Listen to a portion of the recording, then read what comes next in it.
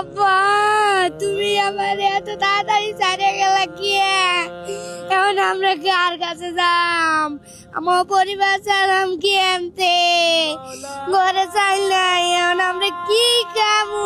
আব্বা, তুমি আমাকে এত তাড়াতাড়ি ছাড়ে গেলা কি? তুমি যেদিনকে দুনিয়া ছেড়ে গেছো এদিনকে আশপাশের মানুষ কইছে তো আর ভাই নাই তো কি হয়েছে, আমরা তো আছি। এখন আব্বা কেউ তো এক প্লেট ভাত নিয়ে আইলো না।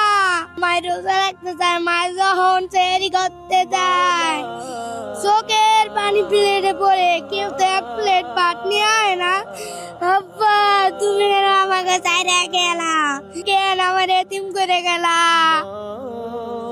আল্লাহ, তুমি কেন আমার এতিম করলা?